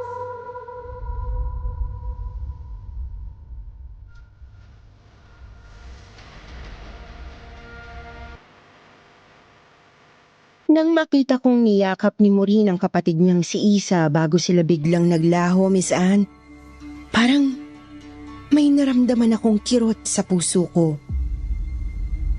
Yung kirot na matagal ko nang gustong ilabas. Yung kirot na bigla na lang nagpa-realize sa akin ng maraming bagay. Dali-dali kaming bumalik ni Jay noon sa Maynila pagkatapos ng birthday niya. Hindi po ako nag-aksaya ng pagkakataon, Miss Anne. Umuwi ako sa amin at pinuntahan si Mama.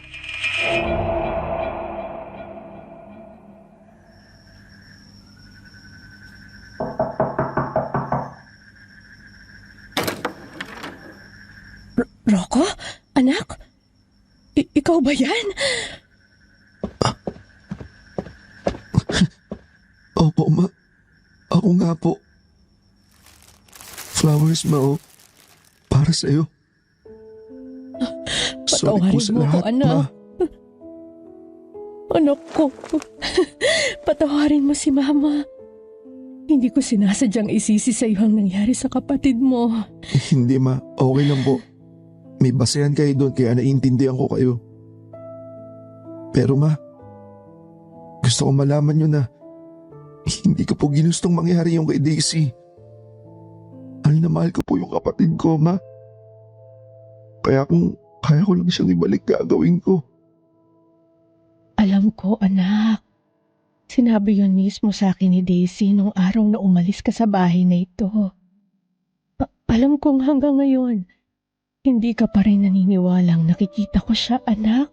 Pero... Mama, naniniwala po ako sa inyo.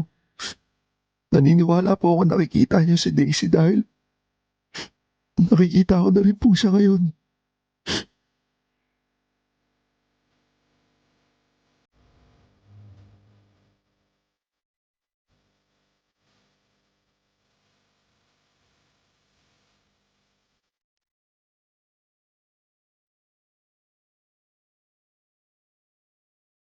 Sa sofa ng salas namin, sa tabi ng mesita kung saan nakapatong ang flower vase na pinaglalagyan ng paboritong bulaklak ni Mama, nakita kong nakaupo ang kaluluwa ng kapatid ko, Miss Anne. Nakangiti habang nakatingin sa aming dalawa ng nanay namin.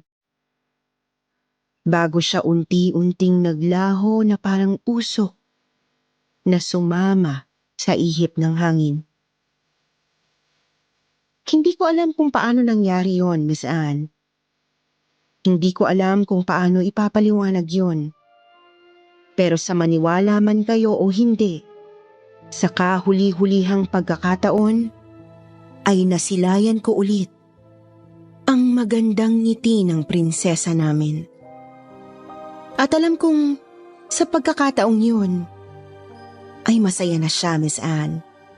Dahil sa wakas, napatawad ko na rin ang sarili ko at ngayon ay tuluyan na akong makaka-move on sa trahedyang nangyari sa buhay namin. Sana po ay nagustuhan ninyo ang ibinahagi ko sa inyo ngayon, Miss Anne. At maraming salamat po sa lahat ng nakinig at makikinig pa lang. Para sa akin ay isang malaking karangalan po na mapansin ito ng inyong channel. Kaya salamat din po sa buong Kwentong Takip Silim Kim na nagbibigay buhay sa mga kwentong ipinapadala namin. I wish you all the best at God bless po sa ating lahat.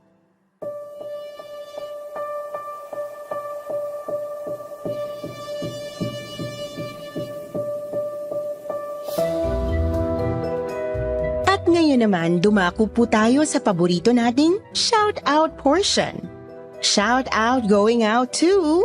Uunahin ko na, si Miss Audrey Marie, Krisha Fenis, Camille Montorio, Colette, Eka May, Elizabeth Dacles, Bernadette Arcalas, Rizalyn Devida, Shirley Carillo, Garcia Daisy, Rogelio Parayaw. Magbasa naman po tayo ng dalawa sa pinakamagandang comments mula kina MJ Horolan at Lilian Poblete. Ang sabi ni MJ, araw-araw po akong nakikinig sa mga magagandang kwento nyo habang nakabantay kay Lola. More stories and God bless po sa inyong lahat. From Israel. Ang sabi din ni Lilian Poblete, good day po, Miss Anne. Na-miss kita. Ganda talaga ng mga kwento sa SB at KT. Habang nagko-coffee, nakikinig ako. Sarap makinig habang nainom ng kape. Good job! Salamat sa mga kwento nyo. More power! Always watching from Singapore. Sa mga hindi nabanggit, sa susunod na lang po. Huwag niyo pong kalimutang mag-reply sa ating shoutout box na nasa comment section para ma-shoutout ang pangalan nyo. Muli po, mula sa bumubuo ng Kwentong Takip Silim at Sityo Bangungot, ito ang inyong lingkod, si Miss Anne. Nagpapasalamat.